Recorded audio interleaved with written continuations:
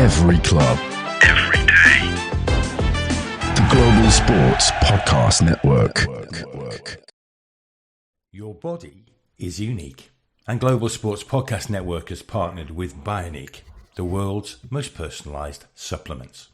Bioniq provide 100% tailor-made supplements, designed to deliver precisely what your body needs at exactly the right levels to optimise your health. No guessing.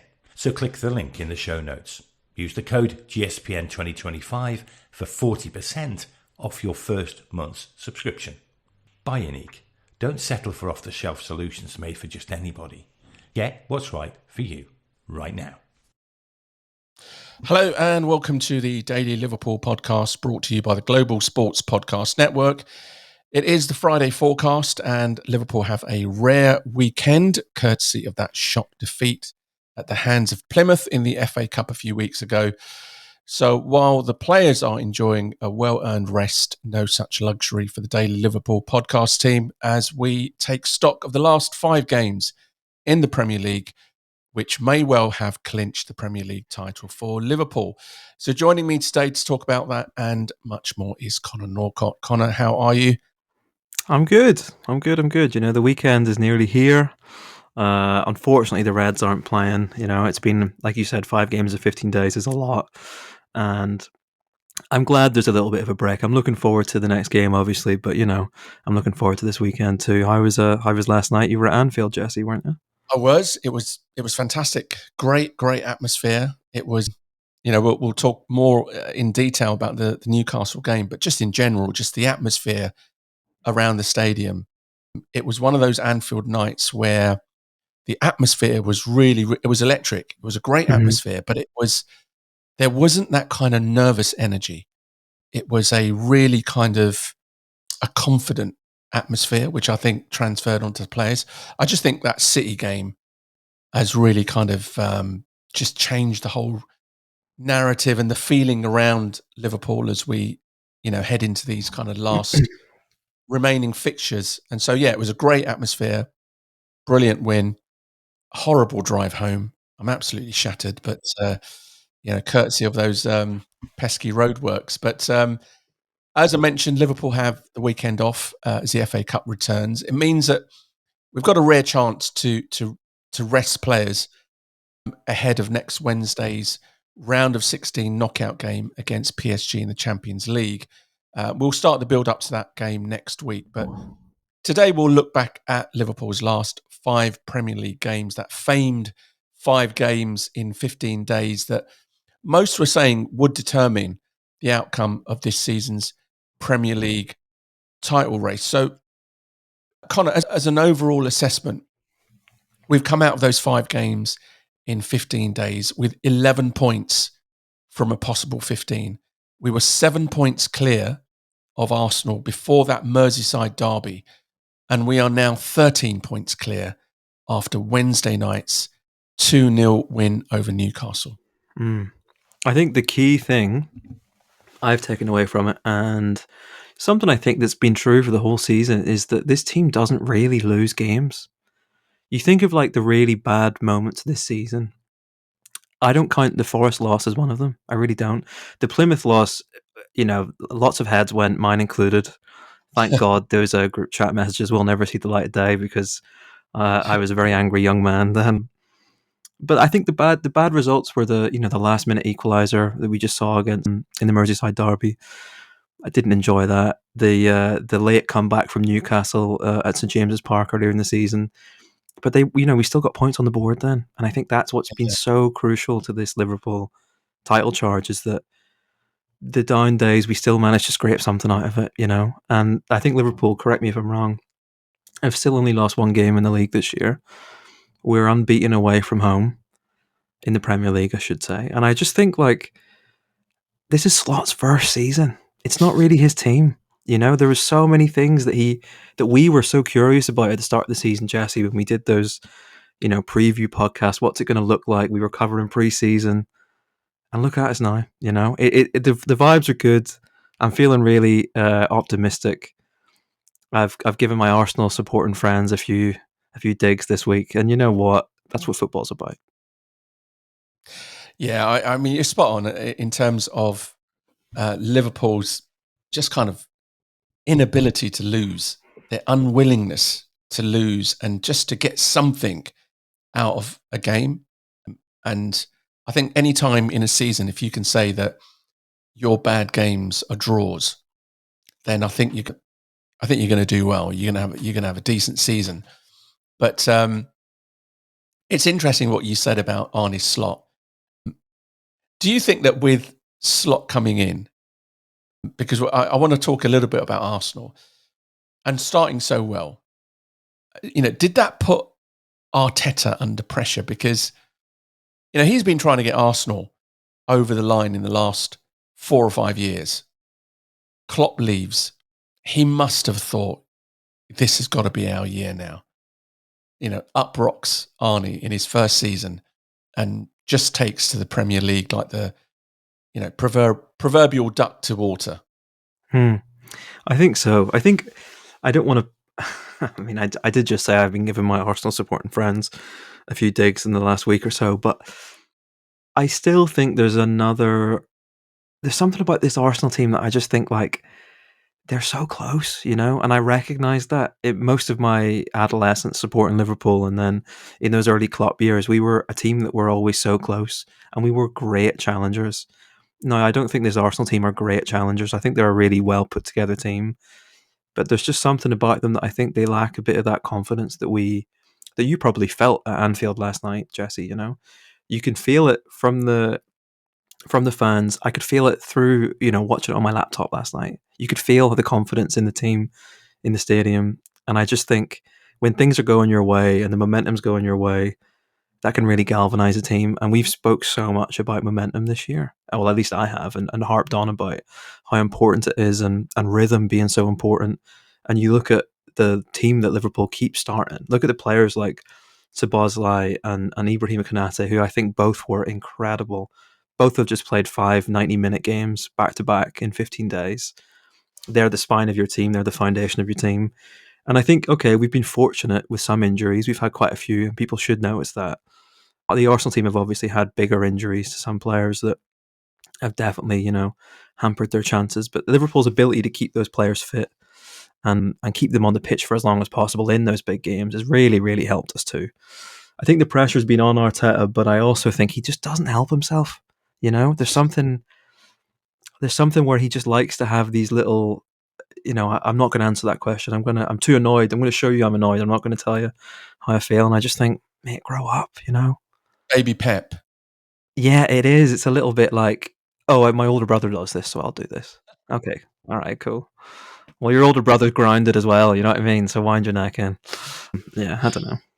But yeah, no, it's interesting that in terms of Arsenal, you mentioned about what is it that's lacking in Arsenal, and you also mentioned our kind of pre-season preview shows, and I remember saying back then, I was convinced that Arsenal were not going to win and they're not going to challenge for the Premier League because I think that they've gone past that point where they had to win something.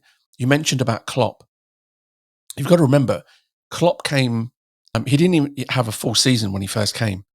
Rodgers was sacked. I think it was after a Merseyside derby. Yeah, it was. Kind of midway through, right? And in that first season, we got to the League Cup final and the Europa League Cup final.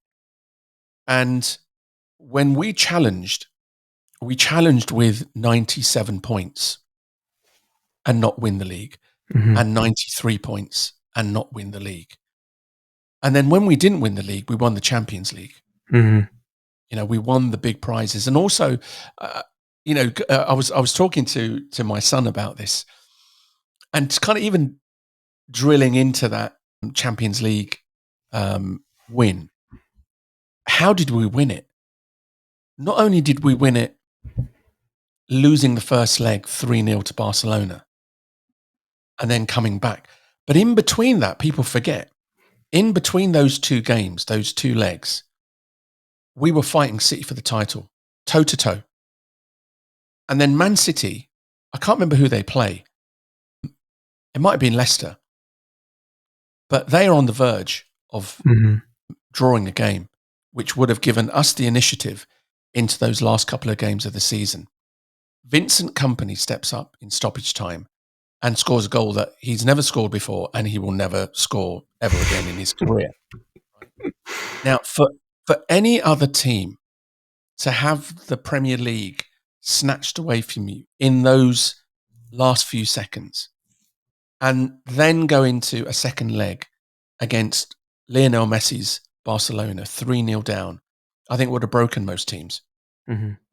And we should also mention without Mo Salah, without Bobby Firmino, I think, right? Without Firmino. Yeah, without Firmino. Yes, this is what there's like a mentality difference, 100%. 100%. And I think that's the issue, and I think that's what we're kind of getting at here. And I don't want to make this all about Arsenal, because I have enjoyed watching I really have enjoyed watching MTVs. it. At half time, I switched over and watched the Forest Arsenal game, and I tell you what, Forest, they looked all right. They looked all right. They're going to cause a lot of issues in the last 10 games of the season. But I just think. Did you see what Nuno said? I did, yeah. Which was really interesting. It was really interesting.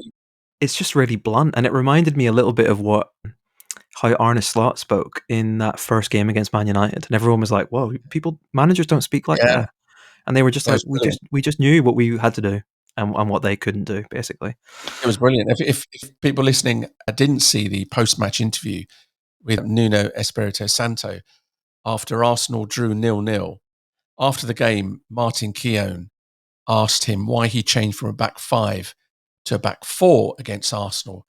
And he says with like a beaming smile on his face, Arsenal don't have a striker. Just simple as that. And I just think that tells you that opposition managers don't really fear Arsenal. But I think that, that the reason why we're talking about Arsenal, I think, is fundamentally they have not been able to put any kind of sustained pressure on Liverpool at really any point of the season.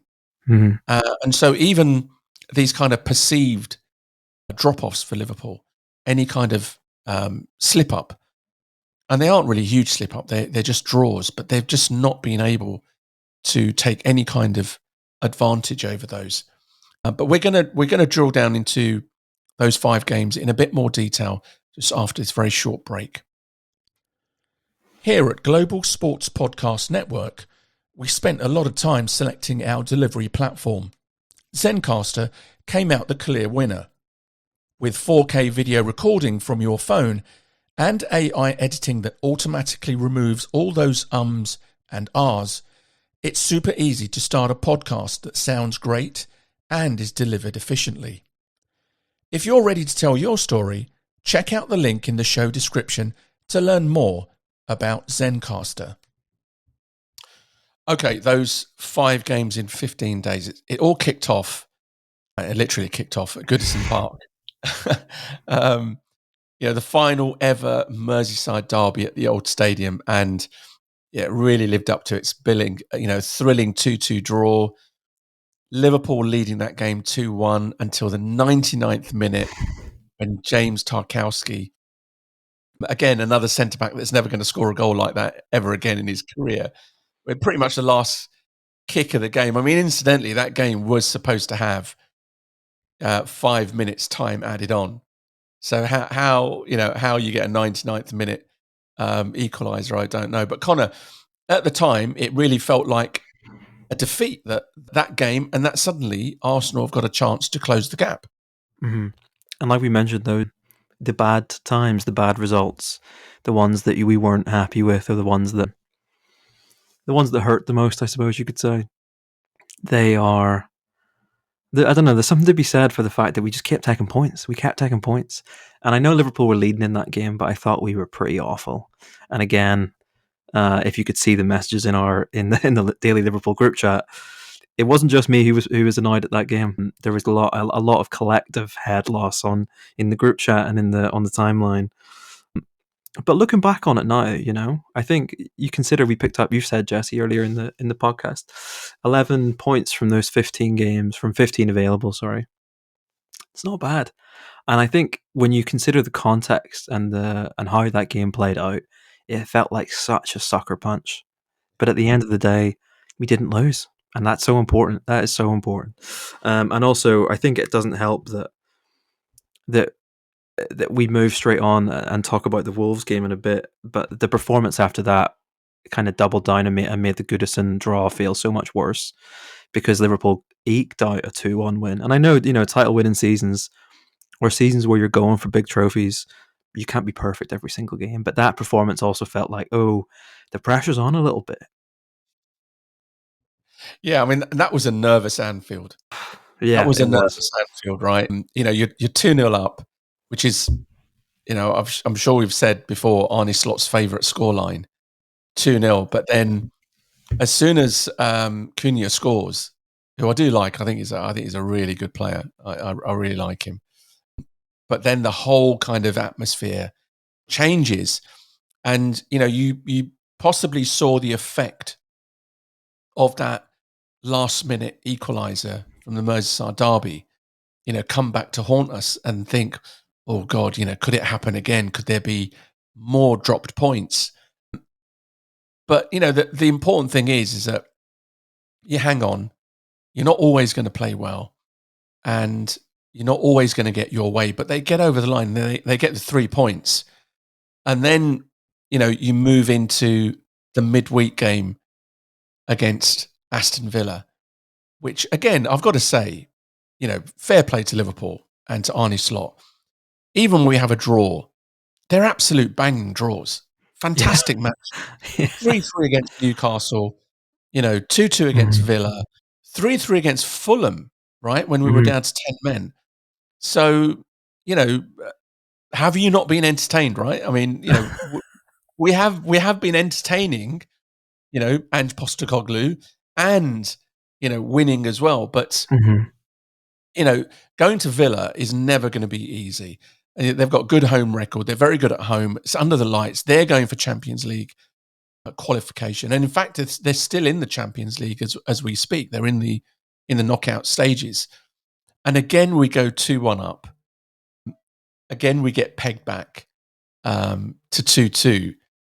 And then we have that big Darwin Núñez chance that is spurned. And you just think more points dropped. And people now start saying, is this the wobble? Is this Liverpool now kind of bottling it?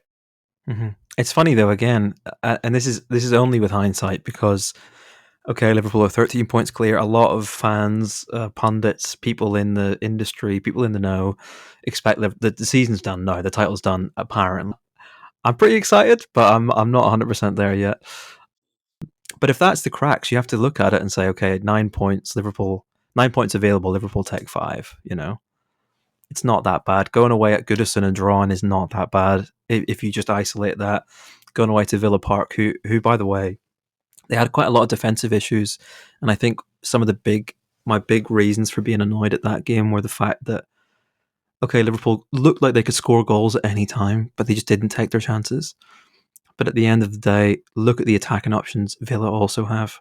They brought in Asensio, they brought in Marcus Rashford, who I still think has something in him. I think gets an assist in that game too. But you look at it and say, okay, Villa Park away, Goodison, okay, Wolves at home wasn't great, but still to take 5 points away and that's your wobble. I think that's where the level is, because this Liverpool team has the DNA of a team that's been pushing Man City, that's had to push against perfect, And I think if Liverpool to win all their remaining games, they'd be over the 93 point mark. I think there'd be around 93 points. That's the kind of level we're talking about here. So if the wobbles are draws, it's only because draws were such a big deal 2 years ago, 3 years ago, when that Liverpool City rivalry was at its most contested. Yeah, it's true. That's when a draw really did feel like a defeat. It really did feel like a defeat.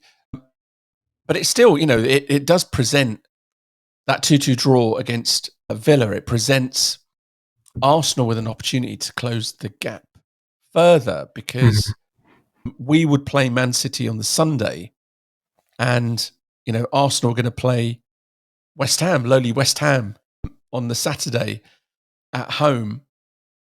And what happens? They lose 1-0 at home. Mm-hmm. And look, you know what? I get that they've had injuries. And I think people forget that we've had injuries. You know, Alisson Becker was out for a good couple of months. Mm-hmm. Ibrahima Konate was out for about 6 weeks. Conor Bradley has had a couple of stints out of the team. We have had injuries. You know, Luis Diaz has been out. But I do think that the way that Arnie Slott has changed Liverpool's style and brought in his own sports science specialists from Feyenoord, who had I think it was above 90% record in terms of player availability. And so I do think that it's not just luck. I think luck comes into it when you have kind of impact injuries, you know, like an ACL, or you know when Jordan Pickford went into Van Dijk, there's no legislating for that. That's just an impact injury. But I think when you have like calf muscle pulls, hamstring injuries, and you have more of those than average, I think that you've got to start looking then at your playing style. If you look at Spurs' injury problems, I think are as a direct result of the. I mean, you can't even call it high intensity. It's just kind of manic intensity that Postecoglou wants his players to play all the time, fully, for the entirety of the 90 minutes. And that's just not sustainable. And so if you look at Liverpool, look at Ibrahima Konate. I think he's a great example. Konate a couple of seasons ago was fairly injury prone. And I'm not talking impact injuries. I'm talking calf strains, hamstring injuries. And we've just spoken about him. You spoke about him earlier. He's played 5 games in 15 days. Mm-hmm. It's just unheard of. So I do think that I don't think it's completely down to luck that Liverpool have managed their players really well and that we haven't had any serious injuries. But they do lose that game against West Ham. And I think it kind of changed the whole atmosphere of Liverpool's trip to the Etihad. Mm-hmm. I just think that as soon as they stepped onto that pitch, they just looked so assured. Mm-hmm. I think, again, it comes back to that feeling. The DNA is there. It's in the fans as well. We're so used to our rival being Man City, and like not just a Man City team that's stacked with incredible talent, which they still are, by the way, but a Man City team that was still hungry and still energetic and still wanted to win everything, and had the resources and the manager to facilitate winning everything, which we've saw. They won 4 Premier Leagues in a row. That's insane. Arsenal aren't like that. You know, Arteta might be baby Pep, or that we might joke about that, but he isn't. He's not that guy. You know, he's not. And I don't even think with a fully fit team, they have the resources or the facilities to go on a run like that Man City team do.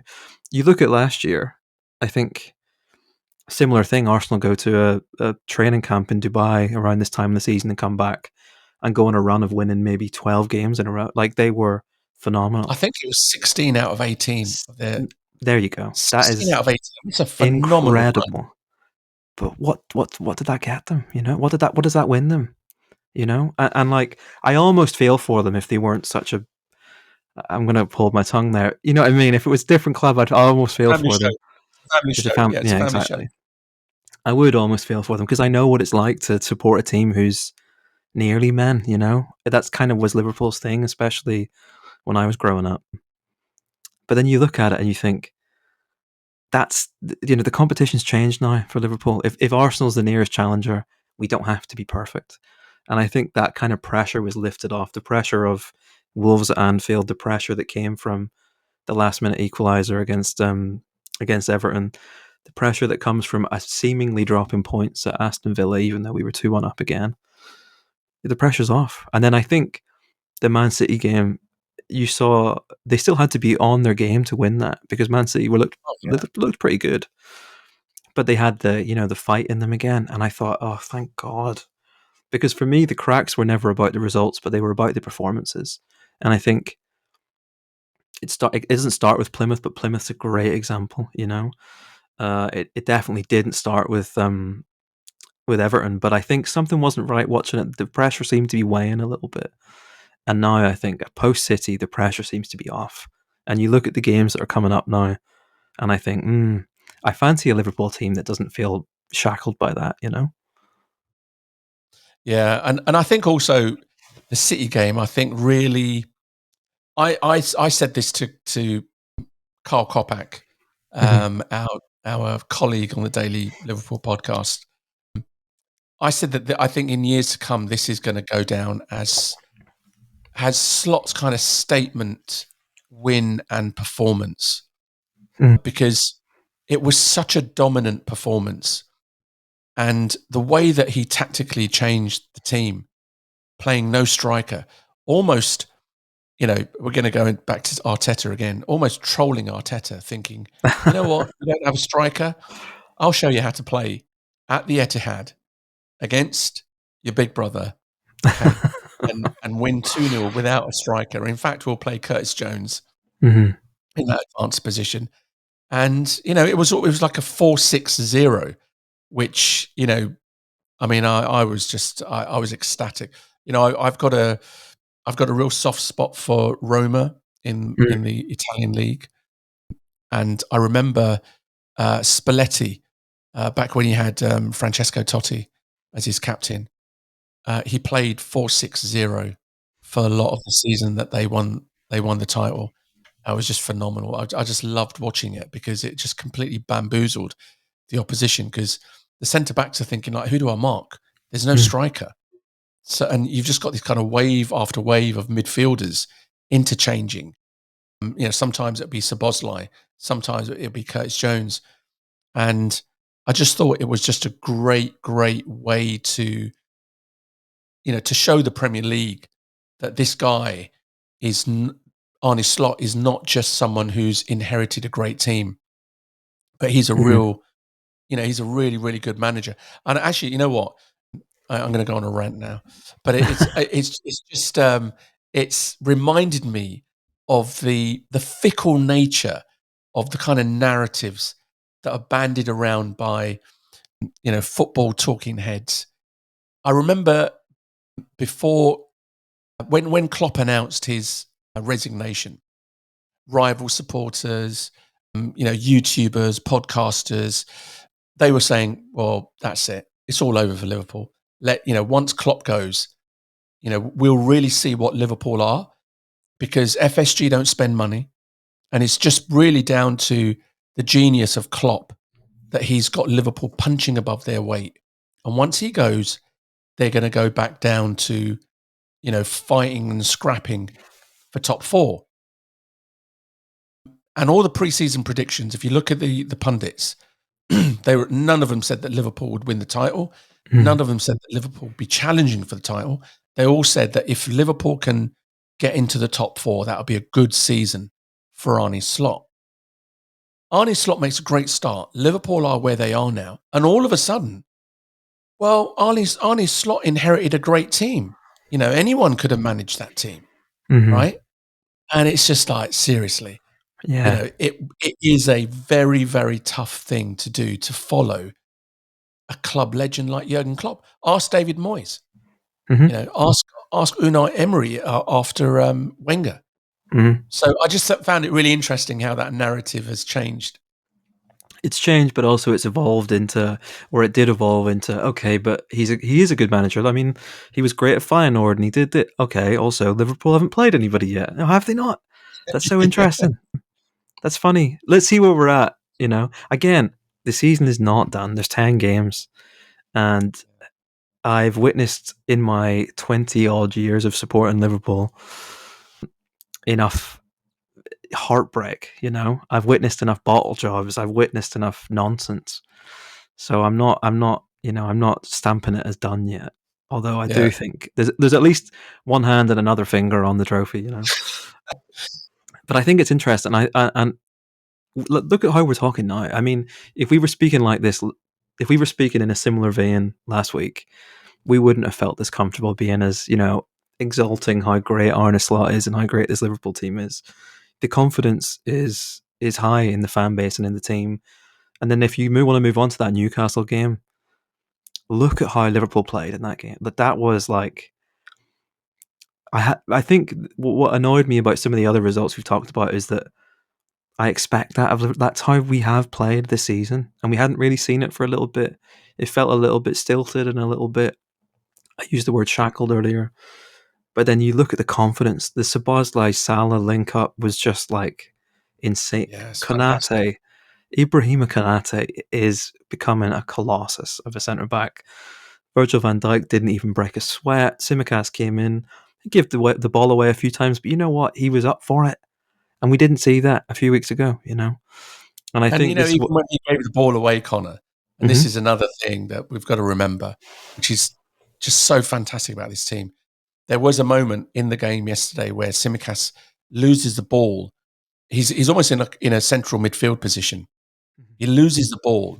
He's way out of position. That left back territory is completely vacant. Newcastle bomb down that flank. Who makes a last ditch tackle to block across? Luis Diaz. Yeah, that was phenomenal, wasn't it? And I actually thought Diaz had one of his best games for a long time last night.